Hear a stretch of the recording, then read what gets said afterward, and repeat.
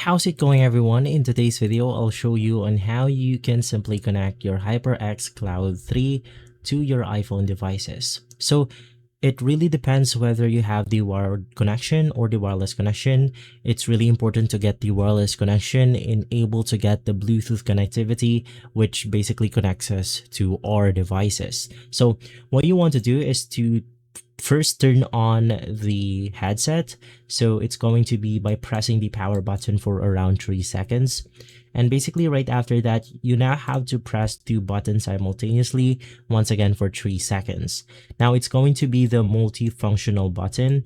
And at the same time, you also want to be pressing the power button for, once again, 3 seconds. So what will happen is that it will enter the Bluetooth pairing mode. And by the way, you also have to make sure that you have selected the Bluetooth connectivity for the wireless switch mode. And from there, it will now blink it from blue to red, basically saying that it's now ready to be connected. So on your mobile phones, just open up the Bluetooth connectivity, look for HyperX, and from there, click on it, and you should be good to go.